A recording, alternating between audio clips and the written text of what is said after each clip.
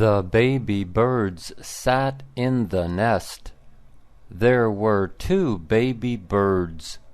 They were in the nest. The nest was in the tree.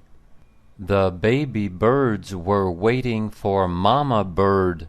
They were hungry. When would Mama Bird be back?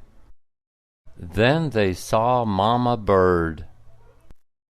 She landed on the nest. She had 2 worms in her mouth. She gave 1 worm to each baby bird. The worms were delicious. The baby birds ate the worms very fast. Then they opened their mouths. They wanted another worm. Mama Bird flew away. She went to get more worms.